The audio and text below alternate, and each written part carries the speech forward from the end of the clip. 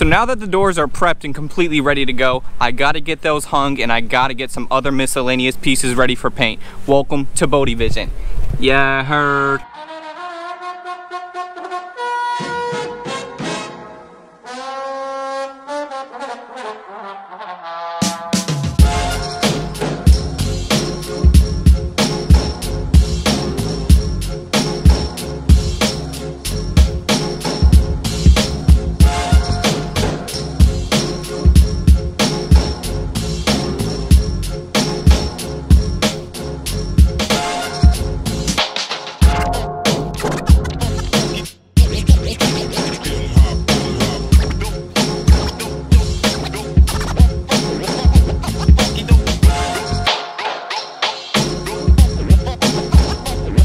Now that the cars are switched and ready to go, I'm gonna do the doors, I'm gonna hang the trunk as well, also do the side moldings, the side skirts, and the gas cap, and also the license plate bezel, and that'll leave the entire front end, the front lip, the rear lip, and the grille, and the side view mirrors, and then I'll be completely done and this project will be wrapped up, but that'll be next session. I don't like to paint too many things at one time because I'd rather focus on the quality rather than the quantity of the parts being painted. That way I can spend more time and I can focus on a smaller amount of parts, and I'll just do another session to wrap everything else up.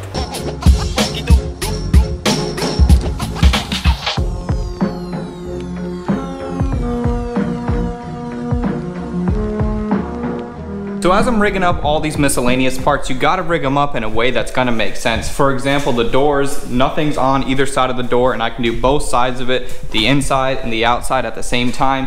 And these chains, the only where they're making contact is gonna be completely covered by trim. So the doors are good to go. The side moldings, I don't wanna put them flat on a table. You need space to kind of get through on both sides so that way you can get really good coverage when you're painting. And I've just found different ways of doing things. You can do it however you want when you're doing it, but this is what works for me. And then also the side skirts, I always like to keep them on sawhorses. So again, I can get everything from all sides and we're ready to go.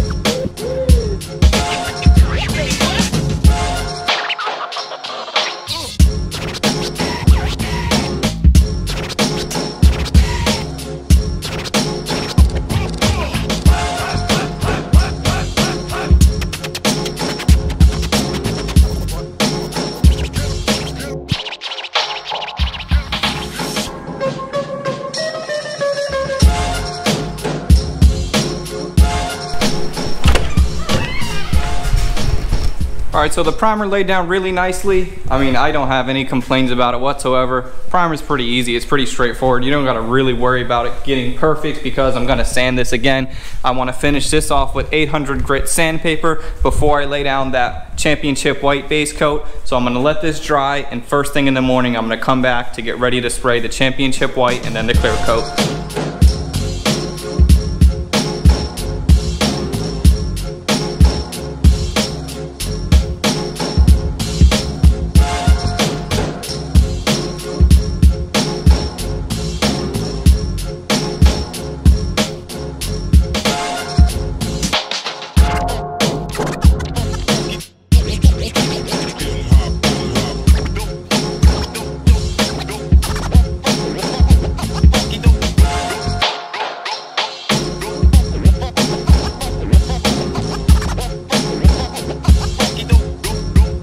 So everything's sanded all the way down to 800 and it's wiped down with the wax and grease remover, and it's pretty much ready to go. The reason why we sand it before is some people kind of have a misconception when you're painting that the paint is gonna it's almost like a clean shell on top of the surface, and that's not the case at all. The paint is gonna exactly reflect what's underneath the surface, so if you have any kind of waves or any kind of chips or anything at all, you're gonna see that in the paint. So that's why we need to make sure and take so much time to really make sure that that surface that we're painting on top of is completely cleaned, prepped, and ready. So let's hope this base coat and clear coat lays down nice and smooth and my hard work pays off.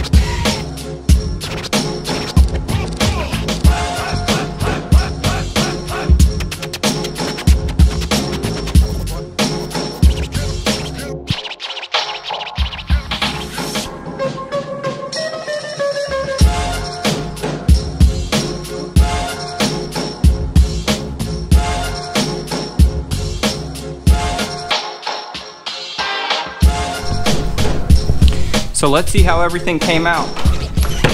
I mean, really with the doors, I know some people paint a little more than this, but why? I mean, the door panels are gonna be there anyways. So the jambs are done. The doors came out really nicely. Keep in mind, I'm still gonna wet sand them, so if there's a little orange peel on them, that's not an issue. That'll be addressed during the wet sanding process.